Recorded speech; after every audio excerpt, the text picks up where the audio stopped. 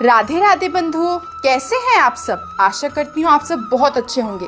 स्वागत है आपका एक बार फिर आपके अपने चैनल श्री प्रभुवाणी में। तो चलिए बंधुओं, आज हम श्रवण करते हैं कार्तिक माह के 27वें अध्याय का। कृष्ण नाम का आसरा, कृष्ण नाम का ध्यान, 27वां अध्याय अब लिखने लगा महान। गणों ने कहा, विष्णुदास एक दिन भोजन तैयार करके भक्ति में लीन था कि कोई उसका भोजन चुरा कर ले गया, लेकिन सायंकाल की आराधना हो सके और व्रत भंग ना हो, इसीलिए उसने उस दिन दोबारा भोजन तैयार नहीं किया। श्री नारद जी ने कहा, हे राजन, इस तरह लगातार 7 दिन तक कोई दूसरा उसका भोजन चुराता रहा। तब वह हैरान होकर सोचने लगा कि यह तो बड़ी विचित्र घटना है कि न जाने कौन मेरा रोज भोजन चुरा कर ले जाता है। फिर भी इस देव स्थान को छोड़ना नहीं चाहिए। अगर मैं भोजन बनाकर खा लेता हूँ तो देर हो जाएगी और पूजा छूट जाएगी। अतः मुझे भोजन बनाकर तुरंत खाना नहीं चाहिए। बिना भगवान को भोग लगाए वैष्णवों को भोजन नहीं कराना चाहिए। यदि 7 दिन बिना भोजन के बीत गए तो आज का एक दिन और सही। आज मैं भली भांति भोजन की रक्षा करूंगा और देखूंगा कि हर रोज से कौन चुरा कर ले जाता है। ऐसा सोच विष्णुदास भोजन तैयार करके भोजन के पास ही छिपकर बैठ गया। उसने थोड़ी देर के बाद देखा कि वहां एक चांडाल आया, जिसका शरीर बहुत ही दुर्बल था। उसके शरीर पर केवल चमड़ी ही चमड़ी दिखाई देती थी।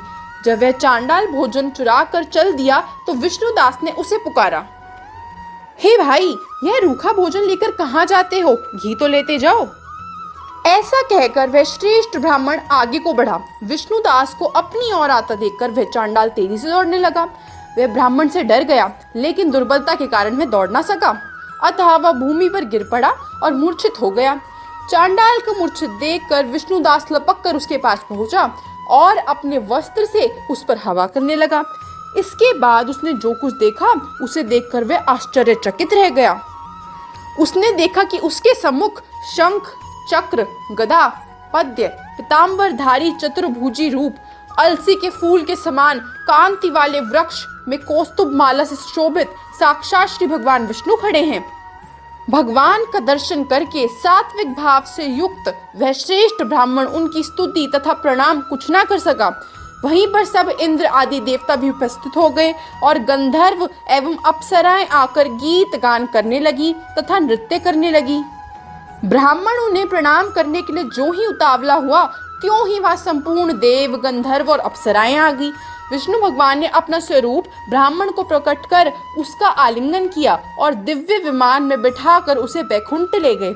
दिव्य विमान में ब्राह्मण को विष्णु के साथ जाते हुए चोल राजा ने भी देखा। उसने अपने आचार्य मुद्गल को कहा कि मैंने जो यज्ञ आदि किए हैं वे सब व्यर्थ हुए। जितनी दान दक्षिणा मैंने ब्राह्मणों को दी है वह असफल हुई। विष्णु भगवान के दर्शन नहीं हुए।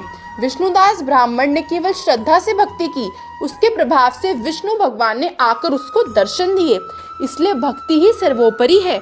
मुझे भगवान के दर्शन के लिए राजकाज त्याग कर भक्ति करनी चाहिए। राजा के कोई पुत्र ना होने के कारण उसने अपने भांजे को राजगद्दी का अधिकारी बना दिया और आप विष्णु भगवान की भक्ति करने लगा। बहुत काल तक भक्ति करने के बाद भी विष्णु ने दर्शन नहीं दिए तो वह अग्नि कुंड में कूद पड़ा। अग्नि में प्रकट होकर विष्णु भगवान ने राजा को गोदी में उठा लिया और कहा कि मैं तेरे त्याग और भक्ति से बहुत प्रसन्न हुआ। उसका आलिंगन कर उसको दिव्य विमान में अपने साथ बिठाकर बैकुंठ में ले गए। विष्णु जी ने अपने समान स्वरूप वाले ब्राह्मण को पुण्यशील और राजा चोल को सुशील नाम देकर दोनों को अपना द्वारपाल बना लिया। बोलो जय विष्णु भगवान की। तो यह था भक्तों कार्तिक माह का 27वां अध्याय। यदि आपको यह पसंद आया हो तो आप इसी प्रकार हमारे चैनल से जुड़े रहें। इसे सब्सक्राइब, लाइक, शेयर करना ना भूलें। धन्यवाद आपका हमारी वीडियो देखने के लिए।